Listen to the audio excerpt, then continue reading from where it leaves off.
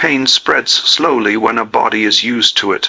In the summer of 1856, on a sprawling plantation carved into the red earth of Georgia, pain moved like a familiar shadow, never gone, only shifting its shape. The day the curse was born began in the suffocating stillness of early afternoon, when the air felt thick enough to chew, and the sun bore down like an accusation.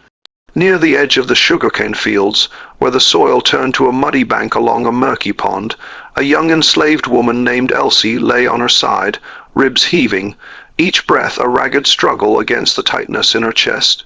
Her dress was torn and crusted with the dust of the fields, sweat ran in shining tracks along her dark skin, but her hands trembled with a deeper chill. She knew what was happening to her. She had seen it before, the coughing, the fever that came and went like a cruel joke. The way strength leaked out of a person day by day until even lifting a bucket felt like lifting a house. Her lungs felt smaller, tighter, as if invisible fingers were closing around them. Each gasp scraped her throat raw. She tasted iron. When she coughed, the red stain on the ground confirmed what she feared. Something inside her was breaking.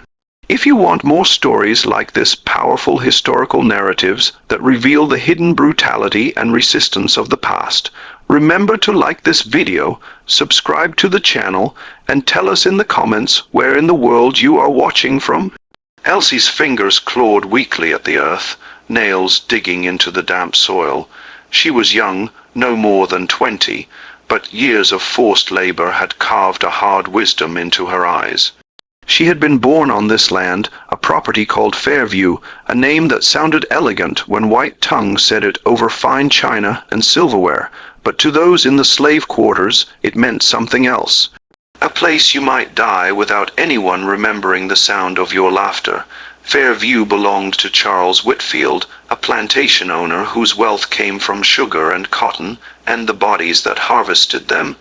His wife, Marian Whitfield, moved through the estate like a queen whose crown was made of other people's suffering. She was not old, perhaps in her early 30s, with pale, carefully powdered skin and soft hands that had never known a day of work. Yet there was something in her eyes, an icy detachment, an almost bored cruelty that made the enslaved people flinch when she passed. That afternoon, Marian's buggy rolled slowly along the path that sliced between the fields and the pond, its wheels sending up lazy spirals of dust. She had insisted on taking a drive to escape the stifling heat inside the big house. The coachman, an older enslaved man named Isaac, kept his eyes forward, his hands steady on the reins, every muscle in his back tense whenever his mistress shifted. Beside Marian sat her younger sister Lydia, visiting from Savannah, curious, impressionable, always watching. "Stop," Marian said suddenly, her voice sharp. Isaac pulled the reins and the horse snorted, stamping the ground. Marian had seen something. No, someone out of place on her perfect property. There, near the water's edge, lays, curled like a discarded rag, shoulders jerking with each shallow breath. To Marian, the sight was not one of concern. It was an offense. "What is that girl doing?" Marian asked, her voice cool as ice water. Isaac swallowed. "Ma'am, that's Elsie. She'd been sick. Overseer said I did not ask what the overseer said," Marian cut in. "I asked what she is doing." Lydia leaned forward, squinting. "She looks like she's dying," she murmured almost to herself. Dying. The word drifted across the heavy air and settled over the scene like dust.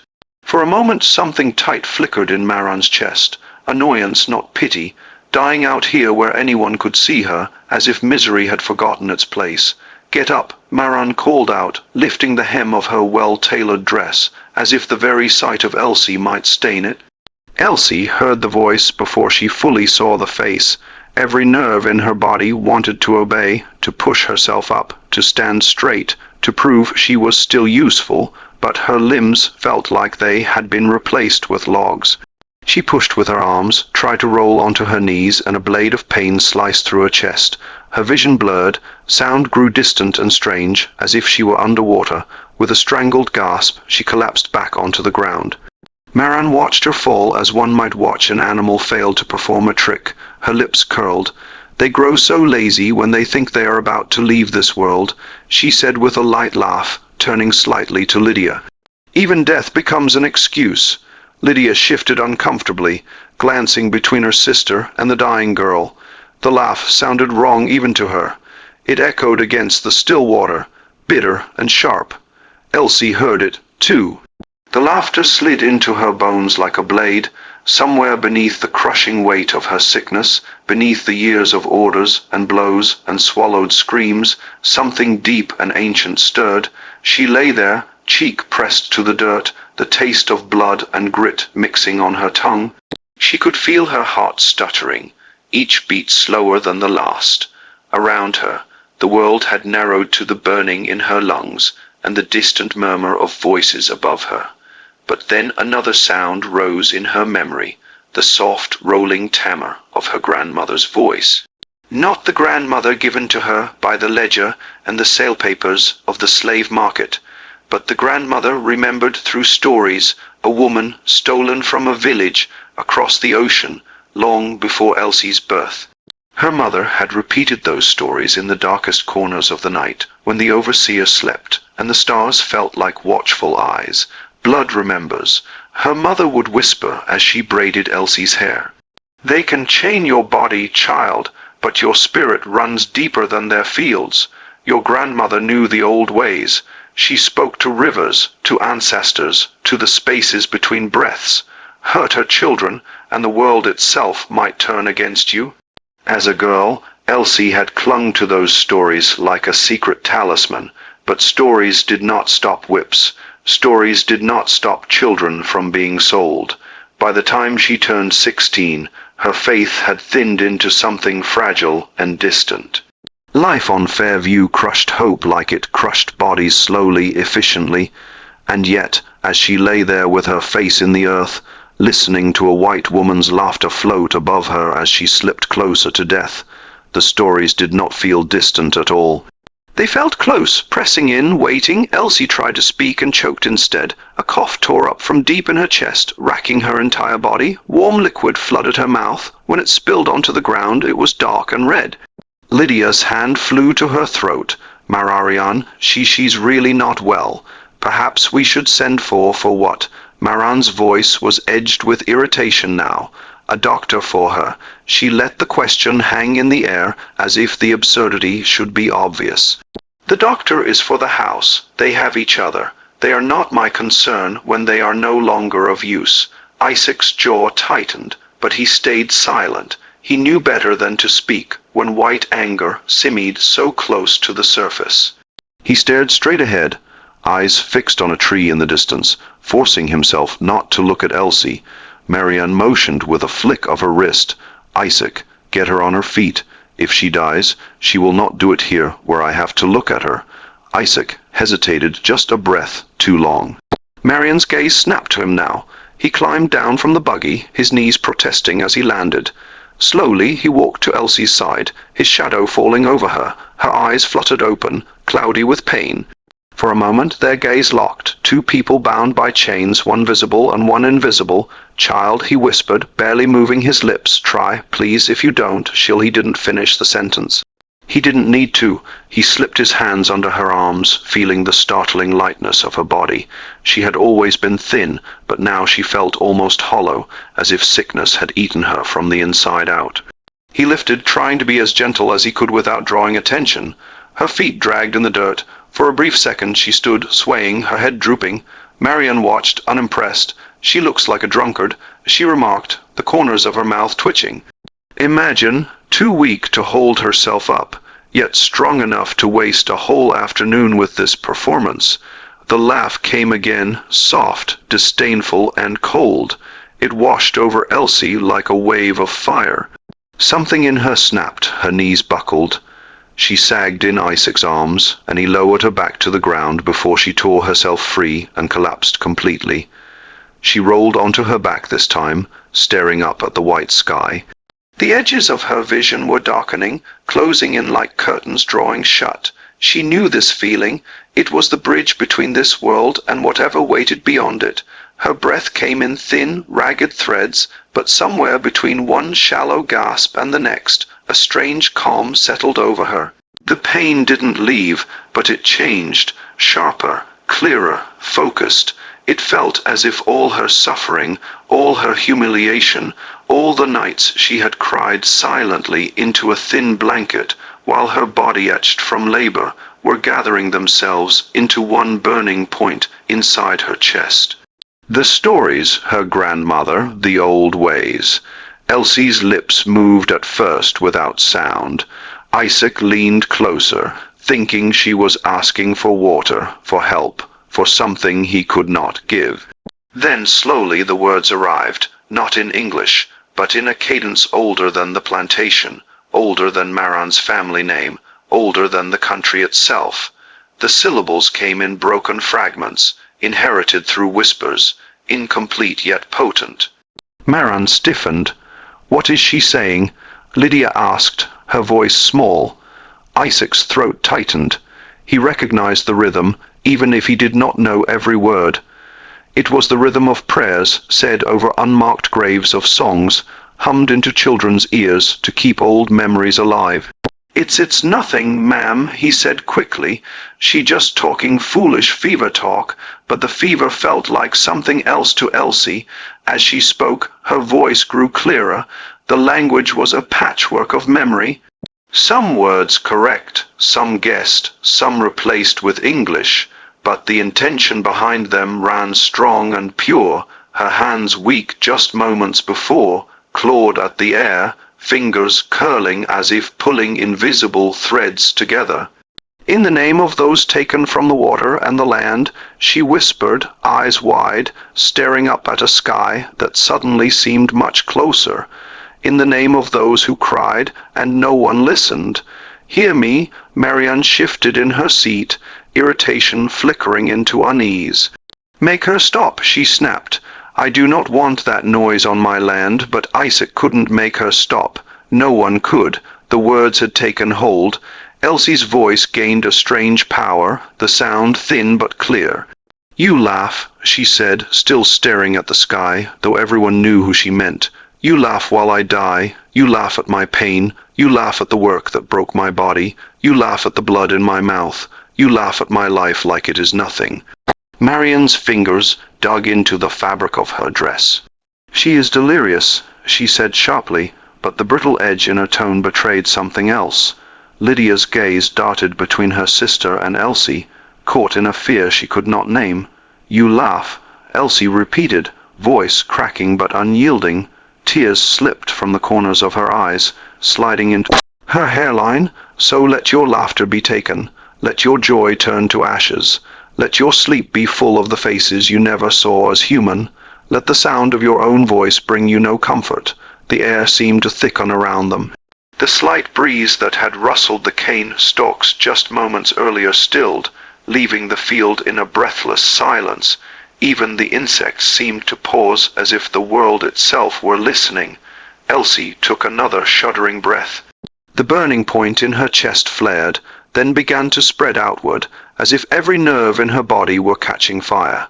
She clung to the heat, poured her rage and grief into it, shaping it with the last of her will. "By my blood," she whispered, barely audible now, "and by the blood of my mother and her mother and all who died with no one to speak for them." Her eyes rolled slightly, but she forced them back, focusing, anchoring herself in this final act. "I bind you, Maran Whitfield. As you have made others beg, so shall you beg. As you have watched others suffer without mercy, so shall your heart be broken. Your hands will itch with helplessness. Your eyes will know tears, and you will call for help and find none, not even in your own house." The last word came out on a breath that sounded more like a sigh than a sentence. Her chest rose once, twice, then with a long rattling exhale it stilled. Silence crashed down over the pond. For a few seconds no one moved. Lydia's lips parted, but no sound came. Isaac knelt frozen, his hands still hovering inches above Elsie's limp shoulders. The world felt oddly distant, as if they were all standing inside a glass jar, and someone had sealed the lid. Maran was the first to break stillness. She scoffed, though the sound rang slightly hollow. "What nonsense!" she muttered. She wasted her last breath on foolish threats, but she could not quite shake the prickling at the back of her neck. the sensation of having been watched by something she could not see and did not believe in. Isaac bowed his head over Elsie's body, murmuring a soft prayer under his breath. He did not understand exactly what she had done, but he felt the weight of it. He had heard stories whispered at night, stories of words that lingered after death, of curses born not out of superstition, but out of desperation so deep it tore open the fabric between this world and the next. He did not dare repeat those stories here, not with Marian's eyes so sharp upon him. "Take care of that," Marian said, gesturing vaguely in Elsie's direction, as if she were talking about trash that needed to be cleared. "Bury her somewhere appropriate, and make sure the others do not see her. Like this, they grow too attached to their own tragedies." She snapped open a small fan and flicked it lazily in front of her face, as if to brush away the remnants of the scene. "Come, Lydia, we are losing the day to this spectacle." Lydia hesitated. "Mararion, what if what?" Maran interrupted, her voice tight. "What if what she said? What if it does something?" Maran let out a short, harsh laugh. "Do you truly believe a dying slave girl has power over me? You have been reading too many Gothic novels. This is the real world, Lydia. Power is money, land, and law. It is not—" Muttered gibberish in the mud. She gestured sharply to Isaac. "Do as you are told." Isaac nodded silently, his eyes never leaving Elsie's face. Her expression in death was strangely peaceful, as if she had finally laid down a burden far heavier than her frail body, as the buggy wheels turned and rolled away, carrying Maran and Lydia back toward the mansion. The sound faded into the distance, leaving only the creak of leather harnesses and the faint rustle of cane leaves. When they were gone, Isaac let out a long breath. He hadn't realized he was holding. "Child," he whispered to Elsie, "still form, whatever you called, I pray it finds its way." His voice trembled, "and I pray it don't burn us with it." He gathered a few fallen reeds and laid them gently over her hands, a small gesture of respect in a world that offered so little. He knew he would have to fetch others to help carry her body, dig a grave out beyond the quarters where unmarked mounds rose like quiet accusing hills. But for a moment he stayed, kneeling beside her, the weight of her final words pressing against his skin like humidity. From the field, a few enslaved workers had paused in their labor. Squinting toward the pond, they had seen the buggy stop, seen Isaac lift and lower a limp shape, seen the white mistress's rigid posture against the sky. They did not need details to know what had happened. On plantations like Fairview, death rarely arrived as a surprise. It came like an old visitor, familiar and unwelcome, but never unexpected. Still, something about this death felt different, as whispers began to snake through the rows of cane. "Elsie gone, she died by the water." She said something at the end. A new note threaded itself through the usual mix of sorrow and resignation. Fear, yes, but also something else. A low, uneasy anticipation, as if the entire plantation had taken a breath and was waiting, without knowing why, for something to change. Back at the big house, Marian stepped down from the buggy with practiced grace. Servants rushed forward to assist with her packages, her parasol, the small details of her comfort that defined their lives. She moved through the front doors into the cool shadow of the hallway, the polished wood floors and grand staircase welcoming her like an old friend. Here, surrounded by portraits of Whitfield's long dead and furniture imported from across the ocean, she felt the full weight of her status. Whatever had happened by the pond was already receding in her mind, shrinking into a minor inconvenience in an otherwise ordinary day. Yet, when she passed the large mirror in the foyer, something made her glance at her reflection. Her face, carefully arranged into its usual controlled expression, stared back, but for a brief, flickering instant, she thought she saw something else in her eyes, a shadow, a doubt, a hairline crack in the glass of a certainty. She dismissed it with an impatient tilt of her chin, and climbed the stairs. Behind her, far from the polished floors and framed paintings, the earth around the pond held the last warmth of Elsie's body. The words she had spoken seemed to cling to the air, invisible and persistent. They did not vanish with her last breath. They hung there like smoke that refused to disperse, waiting for a wind strong enough to carry them into the heart of the house that had broken her. The curse had been spoken. The woman who laughed at a dying slave believed herself untouchable. She was wrong. The first night after Elsie's death passed without incident. Marian slept soundly in a feather bed wrapped in linens imported from France, her breathing slow and even beneath a canopy of white lace.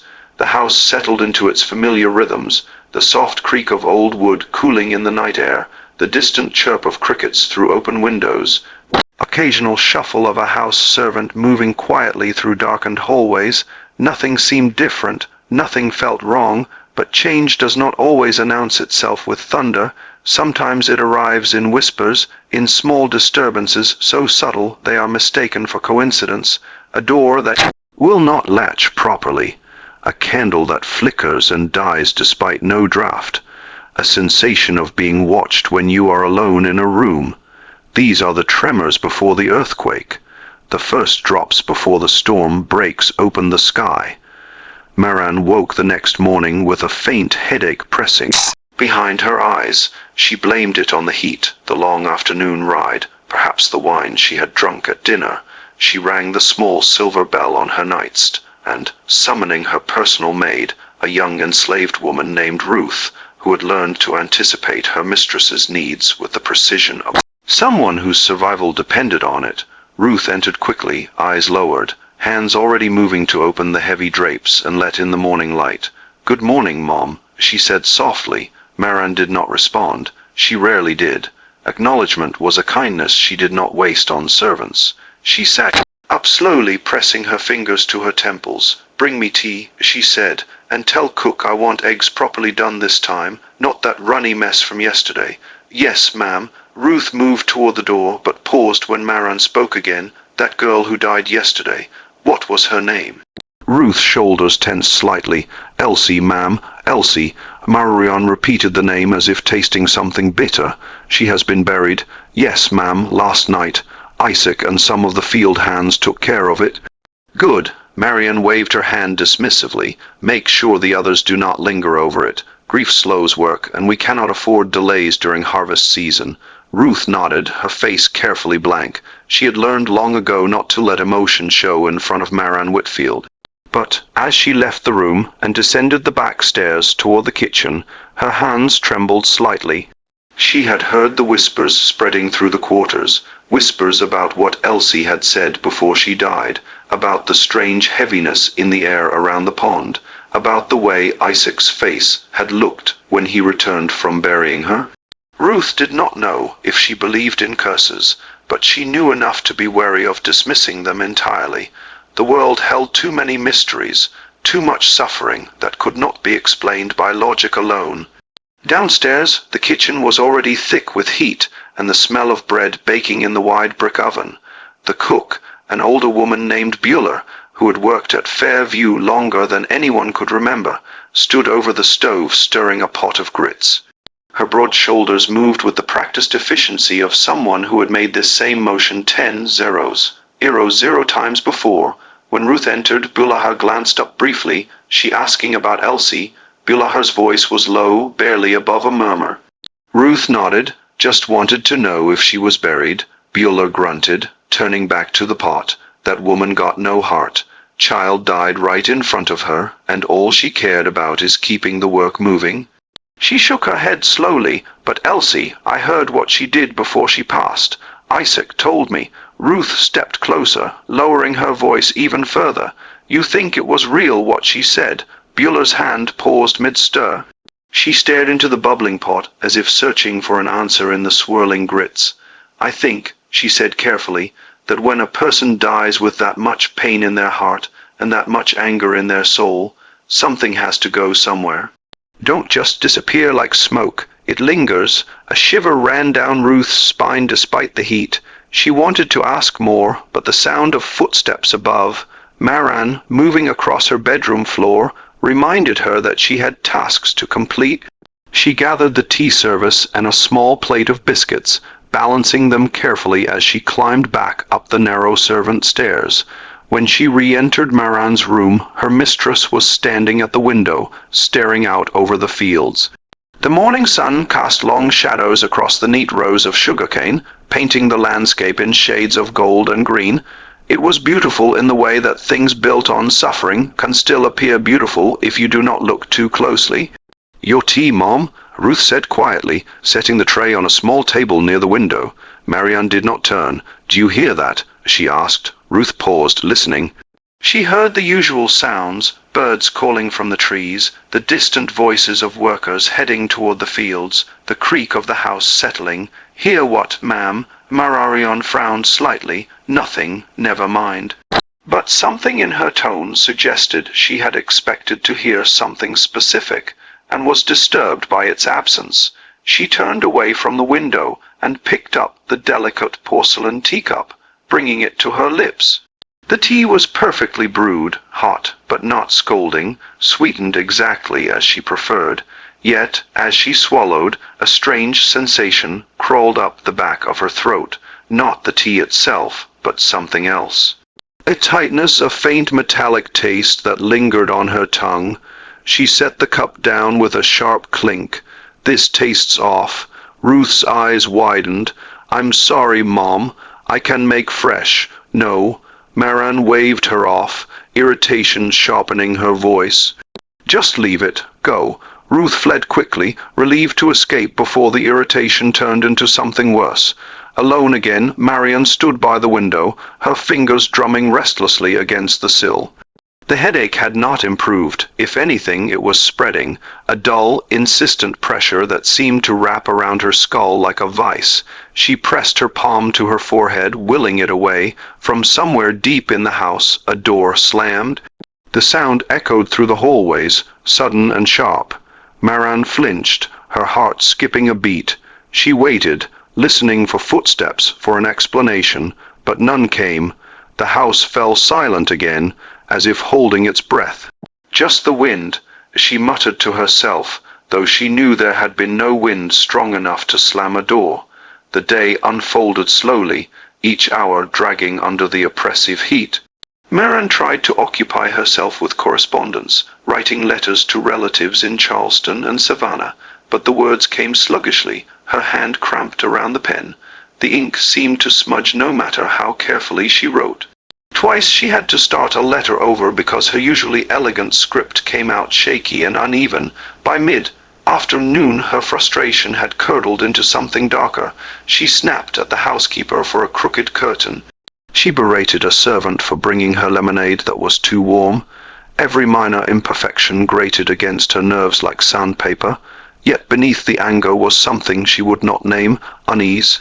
That evening, as the sun dipped low and painted the sky in shades of red and orange, Marianne sat in the drawing room with Lydia. Her sister had been quieter than usual all day, her eyes occasionally drifting toward the windows, as if expecting to see something outside now. As the shadows lengthened across the room, Lydia finally spoke. "Marianne, about yesterday, that girl by the pond." Marianne's jaw tightened. "What about her? The thing she said before she died?" Lydia hesitated, choosing her words carefully. "Do you think could there be anything to it?" Marianne let out a short, derisive laugh, though it sounded forced even to her own ears. "You cannot be serious." "I am not saying I believe it," Lydia said quickly, "but people talk about such things. Curses, hexes, old superstitions brought over from superstitions." Marianne interrupted sharply. "Are for the ignorant and the weak-minded. That girl was delirious with fever. She spoke nonsense because her mind was failing along with her body. There is nothing more to it." Lydia looked down at her hands folded neatly in her lap. "Of course," she said softly. "You are right." But the words hung in the air, unconvincing. Marianne could see the doubt in her sister's eyes, and it irritated her more than the headache, more than the strange taste in her tea, more than the door that had slammed for no reason. Doubt was dangerous. It crept in like water through cracks, widening them, eroding certainty until everything felt unstable. "I am going to bed," Marianne announced abruptly, standing. "This heat has been unbearable." Lydia nodded, watching as her sister swept from the room, her silk skirts rustling against the polished floor. When Marianne was gone, Lydia sat alone in the drawing room, staring at the flickering candles.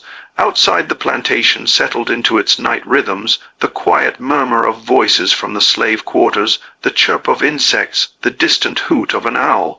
But beneath those familiar sounds, Lydia thought she heard something else, a faint whisper, barely audible, like breath moving through the walls.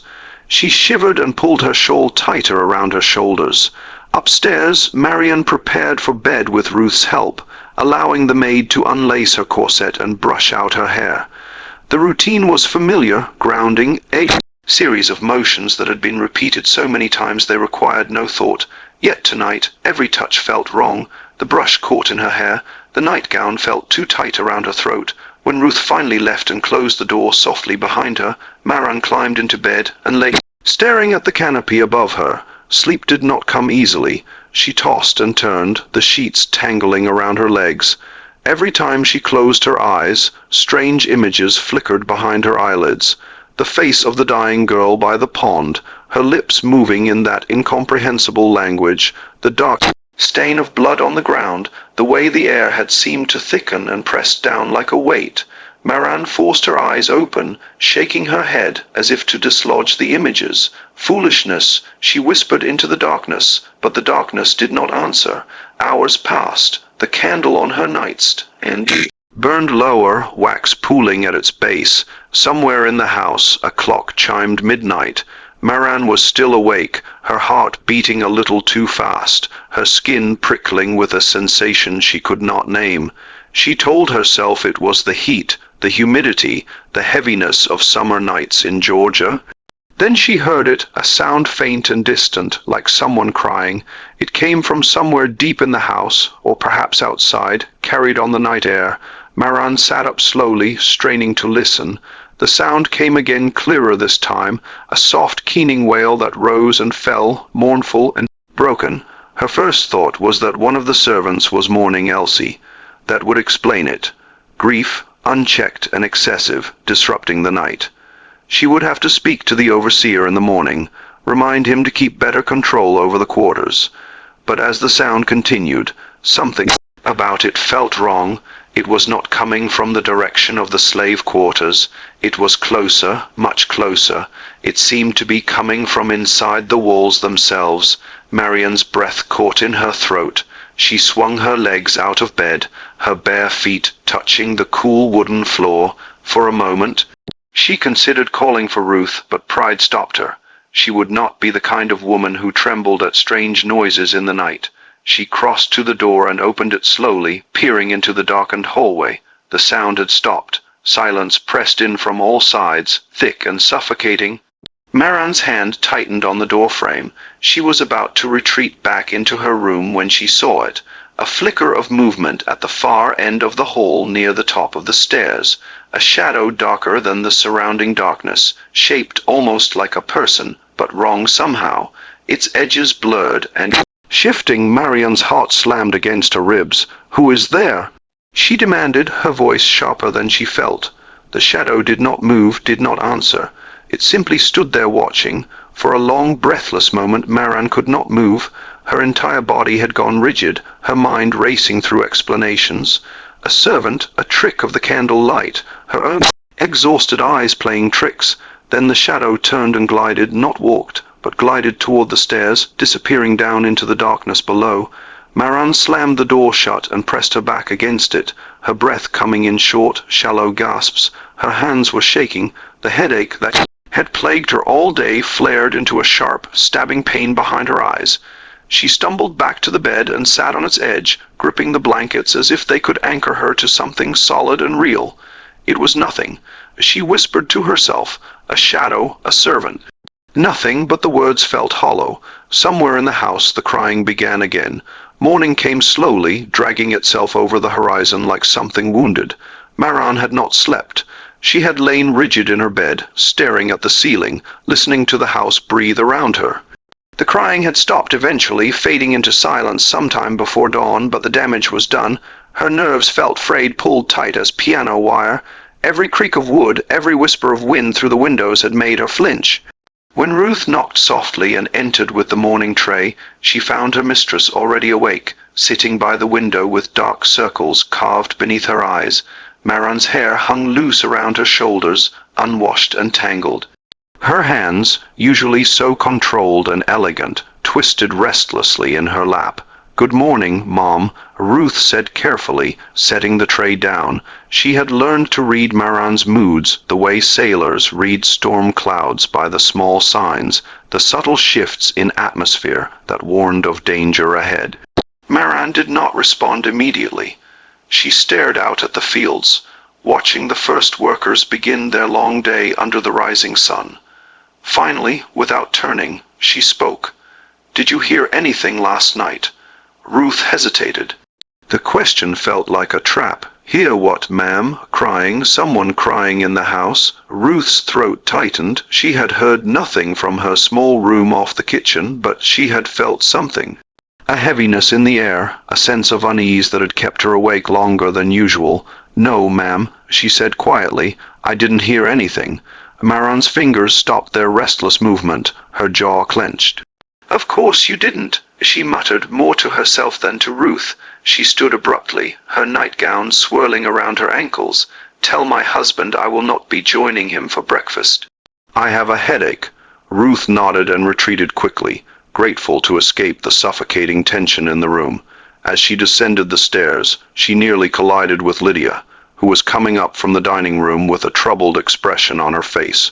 "Ruth," Lydia said, catching her arm gently. "Is my sister unwell?" Ruth chose her words carefully. "She said she has a headache, Mom. She won't be down for breakfast." Lydia's frown deepened. "She has been acting strangely since yesterday. Distracted, irritable." She lowered her voice. "Last night, I thought I heard something like someone weeping." "Did you?" "No, ma'am." Ruth interrupted perhaps too quickly. "I heard nothing." Lydia studied her face for a moment, then nodded slowly. "Very well. Thank you, Ruth." As Ruth continued down to the kitchen, Lydia climbed the stairs toward her sister's room. She knocked once softly and opened the door without waiting for permission. Maran was standing at the wash basin, splashing cold water on her face with shaking hands. When she looked up and saw Lydia in the mirror's reflection, her expression hardened. "I did not invite you in," Marian said coldly. "You look terrible," Lydia replied, ignoring the rebuke. She closed the door behind her and crossed the room. "What is wrong? And do not tell me it is just a headache. I know you better than that." For a moment, Maran's carefully constructed mask slipped. Her shoulders sagged. She pressed her damp hands to her face, and when she spoke, her voice was quieter, almost vulnerable. "I heard something last night, crying. It sounded like it was coming from inside the walls." Lydia's breath caught. "I heard it too," she admitted. "I thought perhaps one of the servants." It was not the servants, Maran snapped, the vulnerability vanishing as quickly as it had appeared. It was something else, something. She trailed off, unable or unwilling to finish the sentence. Lydia moved closer, her voice gentle. "Maran, what that girl said before she died? What if—" "Do not." Maran's voice was sharp as a blade. "Do not say it. But what if it is real?" Lydia pressed. "What if she did something? What if she did nothing?" Maran's voice rose, echoing off the walls. She was a dying slave who spoke nonsense with her last breath. "There is no curse. There is no magic. There is only—" She stopped, her hands clenching into fists. "There is only my household, and I will not allow superstition to disrupt it." Lydia fell silent, but the doubt remained in her eyes. Maran could see it, and it infuriated her. Doubt was a disease spreading from person to person, weakening resolve. She would not allow it to take root. "Leave me," Maran said, turning away. "I need to dress." Lydia hesitated, then nodded as she left the room, closing the door softly behind her. Maran stood alone in the morning light, staring at her reflection in the mirror. The woman looking back at her seemed almost like a stranger, pale, hollow-eyed. Uncertain, Maran forced herself to stand straighter, to lift her chin. She would not be broken by shadows and strange sounds. She would not give credence to the desperate words of a dying girl. But even as she thought it, a flicker of movement in the mirror's edge caught her attention. She spun around, heart hammering, but the room was empty. Nothing moved, nothing breathed except her. The day unfolded with agonizing slowness. Maran forced herself through her routines, correspondence, household management, a brief walk through the garden, but everything felt off-kilter, as if the world had tilted slightly on its axis, and she was the only one who noticed. At midday, the overseer came to report on the harvest progress, and Marian found herself unable to focus on his words. Numbers and yields blurred together. Her mind kept drifting back to the crying, to the shadow in the hallway, to Elsie's face twisted in pain and fury. If you found this story gripping so far, if these hidden moments of history and resistance speak to you, take a moment to hit that like button and subscribe to the channel, and tell us in the comments, where are you watching from? Your engagement helps keep stories like this alive. That evening, as twilight settled over Fairview, Marian insisted on dining with the family despite her exhaustion. She would not let anyone see weakness. Charles Whitfield sat at the head of the table discussing business matters with a neighbor who had stopped by for dinner. The conversation flowed around Marian like water around a stone. She heard it, but did not absorb it. Her hands trembled slightly as she lifted her fork. The food tasted like ash. Across the table, Lydia watched her sister with growing concern. The change in Marian was undeniable. Now, her skin had taken on a greyish pallor. Her eyes darted nervously toward corners and doorways. When a servant entered to refill the wine glasses, Marian flinched so visibly that Charles paused mid-sentence. "My dear, are you quite well?" he asked, his tone more irritated than concerned. A wife's illness disrupted the smooth functioning of his household, and Charles valued smooth functioning above nearly everything else. "Perfectly well," Marian lied, forcing a smile that did not reach her eyes. "Simply tired." Charles studied her for a moment, then returned to his conversation, dismissing her discomfort as he dismissed most things that did not directly affect his interests. Marian felt a flash of anger at him, at Lydia, at the servants moving silently around the table, at the entire world that continued as if nothing had changed, but something had changed. She felt it in her bones. After dinner, she retreated to the drawing room while Charles and his guest retired to the library for cigars and brandy. Lydia followed her, closing the door softly. The two sisters sat in silence for a long moment, the only sound the ticking of the mantel clock. "It is getting worse, isn't it?" Lydia finally said. Marian's hands tightened on the armrests of her chair.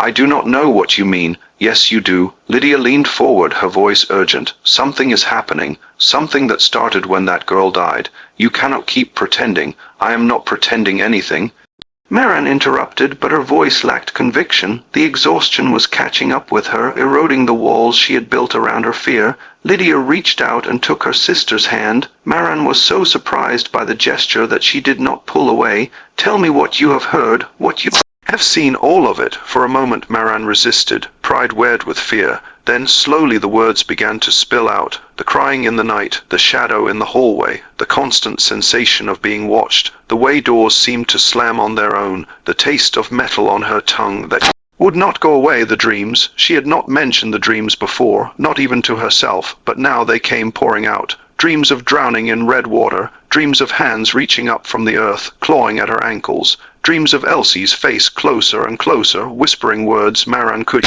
not understand but felt in her marrow. When she finished, the silence in the room felt heavy as lead. Lydia's face had gone pale. "Marian," she whispered, "we need to do something." "We need to what?" Marian demanded, yanking her hand away. "What exactly should we do? Call a priest? Burn sage? These are the things slaves do." "Lydia, not us. We are not." She trailed off, unable to finish. "But what if it works?" Lydia pressed. "What if there are things we do not understand, things that do not fit into our neat, logical world?" Marian stood abruptly, pacing to the window. Outside, darkness had fallen completely. The fields were invisible now, swallowed by the night. Only a few distant lights from the slave quarters flickered like dying stars. "If I acknowledge it," Marian said quietly, her voice barely above a whisper, "if I admit that she had power, even in death, then everything I believe falls apart. Do you understand? Everything." Lydia rose and crossed to her sister's side. "Perhaps," she said gently, "it is already falling apart." Marian closed her eyes. The headache was back, pounding behind her temples with renewed force. She felt so tired, tired of fighting the fear, tired of maintaining the facade, tired of pretending the world made sense when it so clearly did not. A sound broke the silence, footsteps, rapid and urgent, coming up the main staircase. Both women turned as the drawing-room door burst open. Ruth stood in the doorway, her chest heaving, her eyes wide with panic. "Ma'am," she gasped, "you need to come now." Marian's heart lurched. "What is it? What has happened?" It's your bedroom, ma'am. Something's wrong." The three women rushed up the stairs, Marian's exhaustion forgotten in the surge of adrenaline. As they reached the second floor, Marian could see that her bedroom door stood open, light spilling out into the hallway. Other servants had gathered nearby, their faces tight with fear. Marian pushed past them and stopped dead in the doorway. Her room had been destroyed, not violently. There were no broken windows, no overturned furniture, but systematically, methodically, every drawer had been pulled open, its contents scattered across the floor. The bedclothes had been torn from the mattress and twisted into knots. The mirror above her vanity was cracked, a single fracture running diagonally from corner to corner, and on the walls, written in what looked like ash or soot, were words. The same strange words Elsie had spoken before she died, repeated over and over in cramped, desperate script. Marian's legs gave out. She stumbled backward, caught by Lydia's arms. "No," she whispered. "No, this cannot," but it was happening. Charles appeared at the end of the hallway, drawn by the commotion. What in God's name? He stopped when he saw the room, his face draining of color. For once his usual bluster failed him. He simply stood there staring. One of the older servants, a man named Samuel, who had worked at Fairview for decades, stepped forward. His voice was grave. "Mr. Whitfield, Mom, this is old magic, the kind that don't let go easy." "Magic," Charles sputtered, finding his voice at last. "There is no such thing as sir." Samuel's tone was respectful, but firm. "I know what I know, and I know this. That girl who died, Elsie, she called something before she passed, something that answered." Marian felt the room spinning. She gripped Lydia's arms, nails digging in. "Make it stop," she whispered. "Please make it stop." But no one answered because no one knew how. The words on the wall would not stop moving. Marian stood in the doorway of her ruined bedroom, her hand clamped over her mouth, staring at the looping, jagged script scrolled across the pale wallpaper. The marks looked fresh, as if the ash or soot were still damp. Yet, when Lydia reached out with trembling fingers to touch one of the letters, nothing smeared. It felt dry, as though it had been there for years. How? Lydia whispered. Who could have done this? All eyes turned instinctively to the servants clustered in the hallway. Ruth, Samuel, Isaac, and several others stood in tense silence, their expressions a mixture of fear and grim resignation. Charles's gaze sharpened, seizing on the most familiar explanation, disobedience. "Which one of you is responsible for this?" he demanded, his voice rising. "Confess now, and I may be inclined toward mercy." "Otherwise, no one here did this, sir," Samuel said quietly. "Not with their hands anyway." Charles's face flushed. "You dare these words?" Samuel continued, nodding toward the walls. "They're like what Elsie spoke by the pond." "Not exact, but close. Thirst ain't common talk, and no one here would be fool enough to risk their life to play at ghosts in the mistress's room." Marian's knees shook. She clutched the door frame so hard her knuckles widened. The headache pounded behind her eyes, but beneath it something sharper had taken root. Stark, icy terror. "What do they say?" she asked, barely audible. Samuel hesitated, his gaze flicked to her, then to Lydia, then back to the wall. "It don't translate clean," he said slowly. "It's like a calling and a binding mixed together, but the meaning is clear enough." He pointed to a line that curved across the wall above the bed, circling the cracked mirror. This says, "Let her see what she never saw." And this part, he traced another cluster of looping characters, is about turning laughter into mourning, about tears that won't dry, about a house that won't give her peace. The air seemed to thin around Marian. "You're lying," she whispered. "You're trying to frighten me."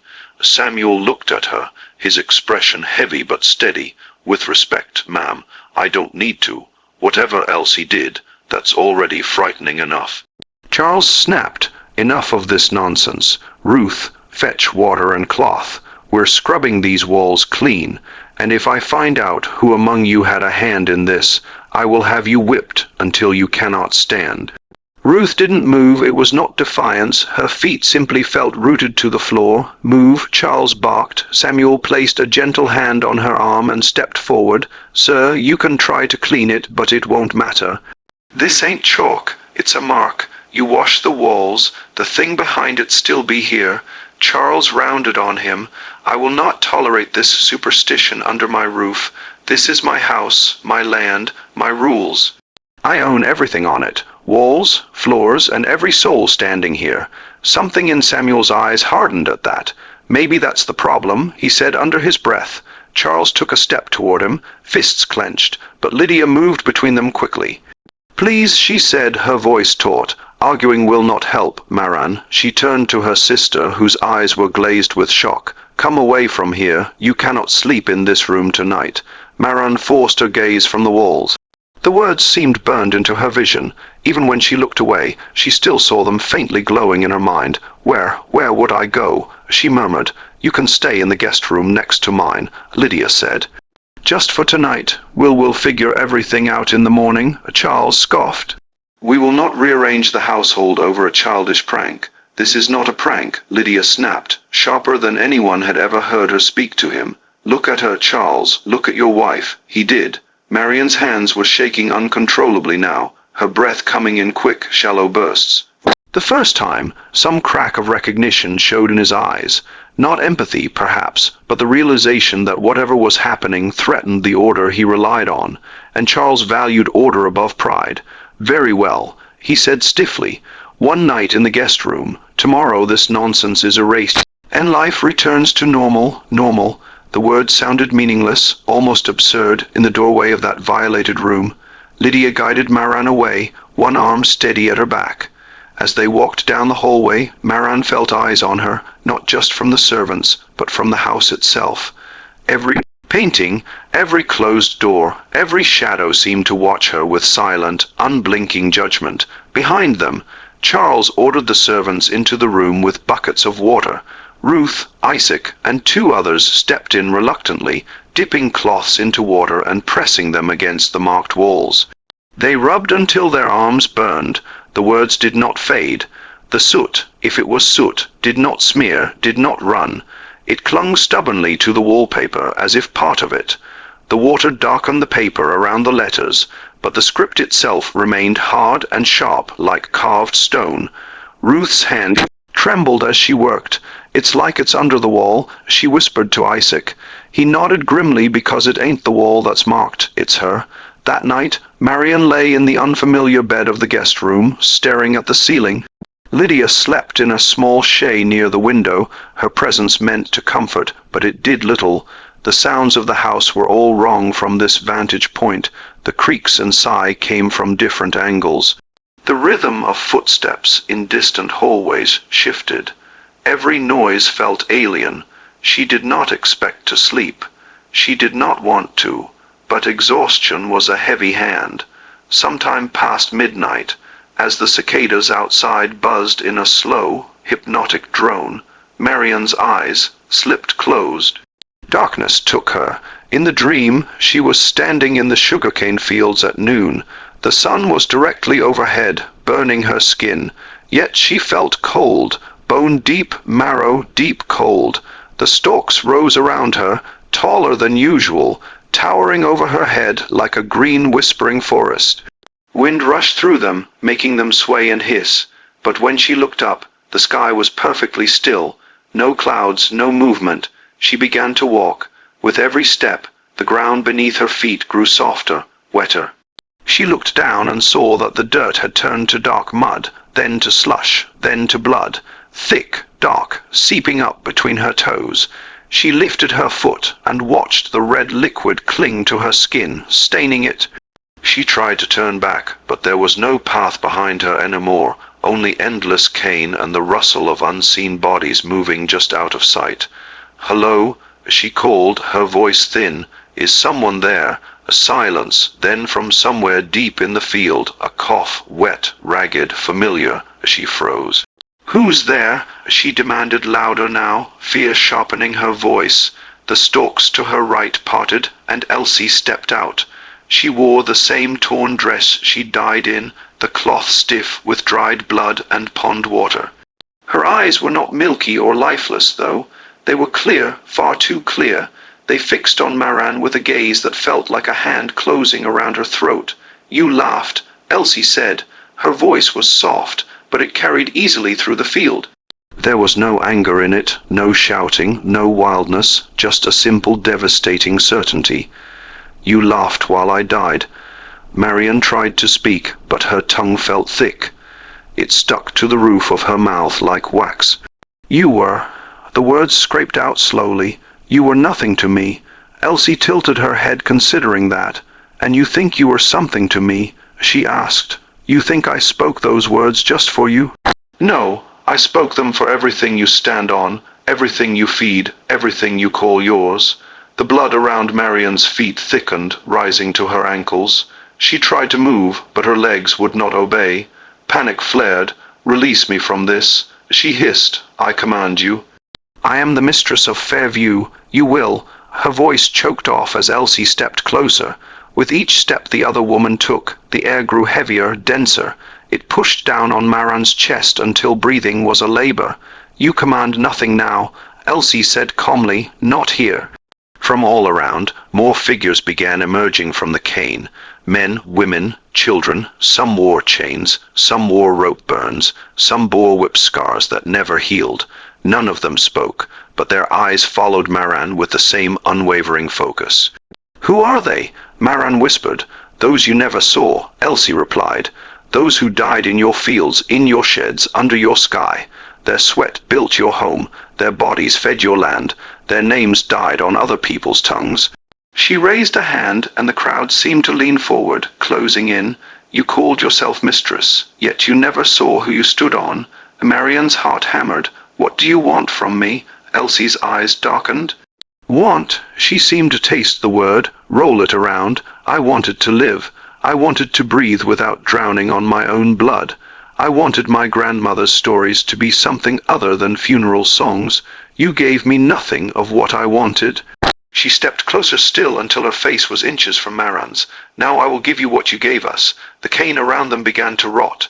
The green faded to brown, then black. The stalk sagged and split, oozing a dark, foul-smelling sap. The air filled with the stench of decay. Maran gagged, but she could not turn away. "You will not die quickly," Elsie said. "You will not be spared. You will know fear as a constant companion. You will know helplessness as your closest friend. Your tears will fall for those whose tears meant nothing to you." Marian's pride flared even in terror. "You cannot touch me," she rasped. "You are dead. I am alive. I have walls." "Money, power, walls." Elsie's voice sharpened. "You think walls keep out what you dragged in with every body you bought. You think money feeds you without the hands that bled to earn it. Your power is a house built on bones. I have cracked the foundation. Now it will settle. You will feel every shift." The blood had risen to Maran's calves now, thick and clinging. She could feel things in it, hands maybe, fingers curling around her ankles. "Please," she whispered.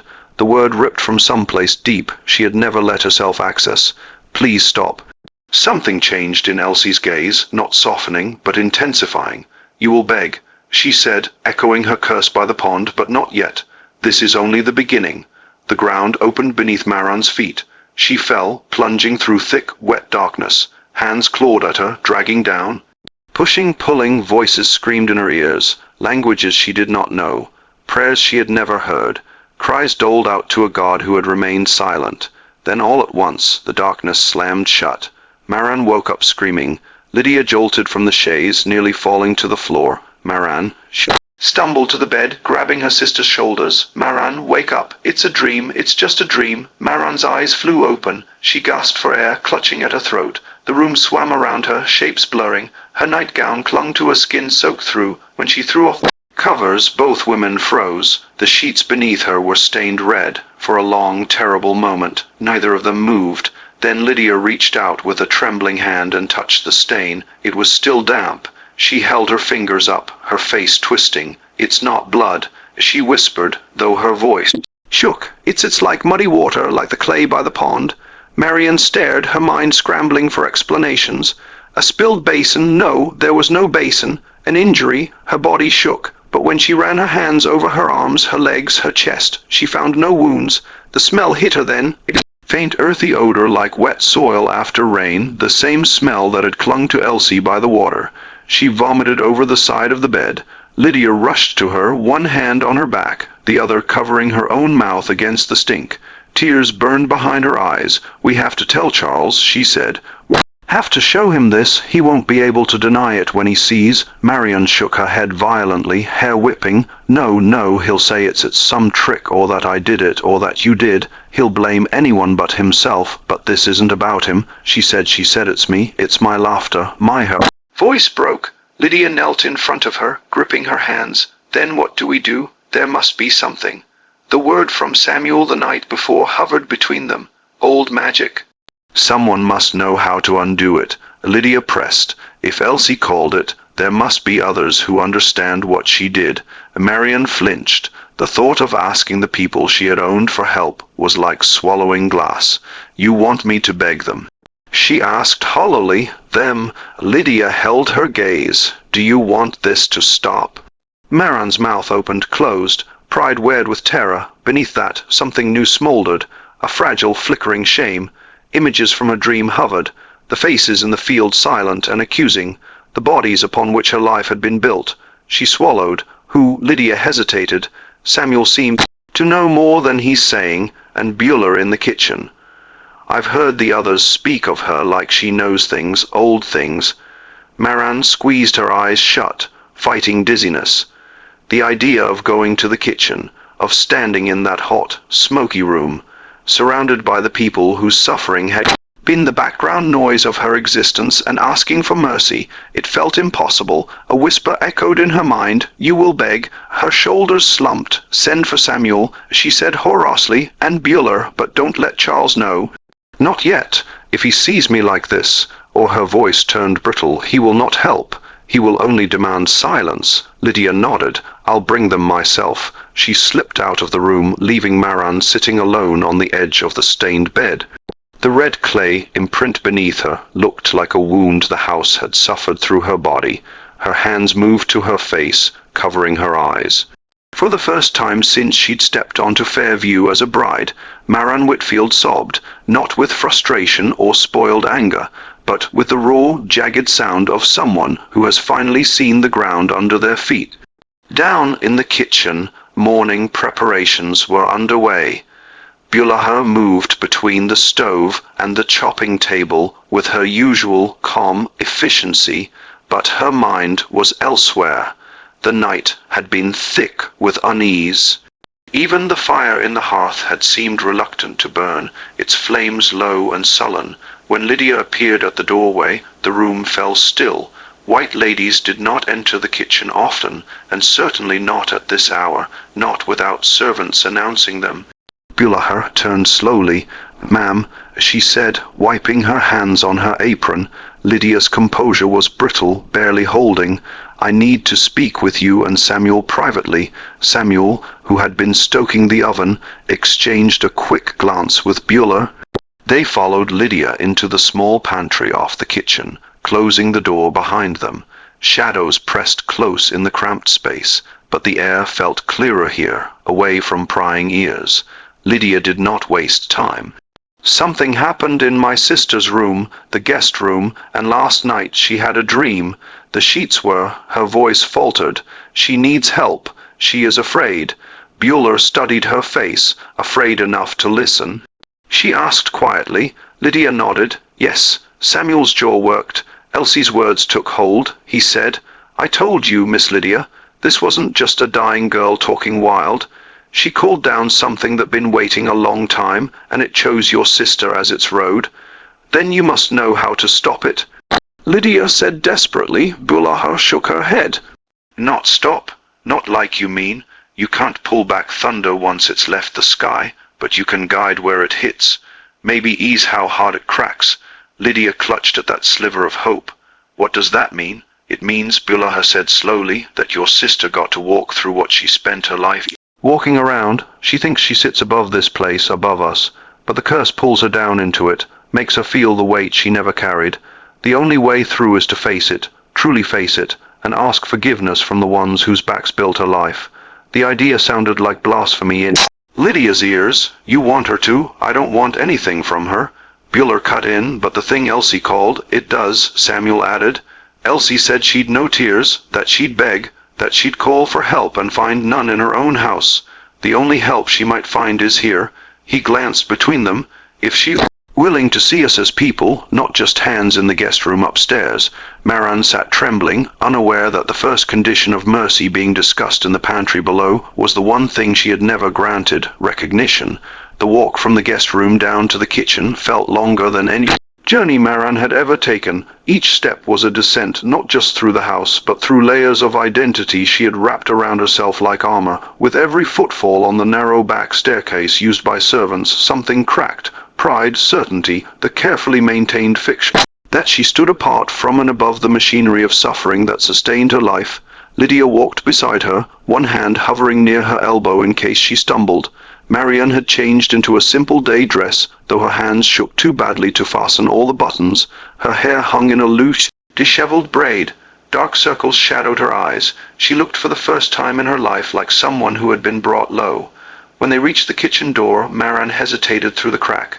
She could see Bueller at the stove, Samuel near the window, Ruth and Isaac standing quietly to the side. The room smelled of wood smoke and baking bread, familiar scents, but now they felt foreign, as if she were entering a country whose language she had never bothered to learn.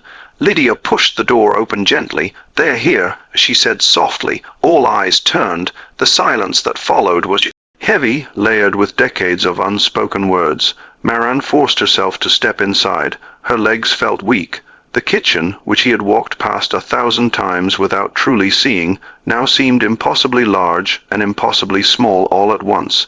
Every surface bore the marks of labor, the worn wood table scarred by knives, the blackened pots hanging from hooks, the flour-dusted floor swept clean each night and dirted again each morning. These were the hands that fed her. These were the bodies that kept her world turning. She had never looked at them this way before. Bueller set down the spoon she'd been holding and crossed her arms loosely over her chest. Her gaze was steady, unreadable. "Ma'am," she said, the word carrying neither deference nor hostility, just acknowledgement. Marian's throat tightened. She had rehearsed words on the way down, but they felt hollow now, inadequate.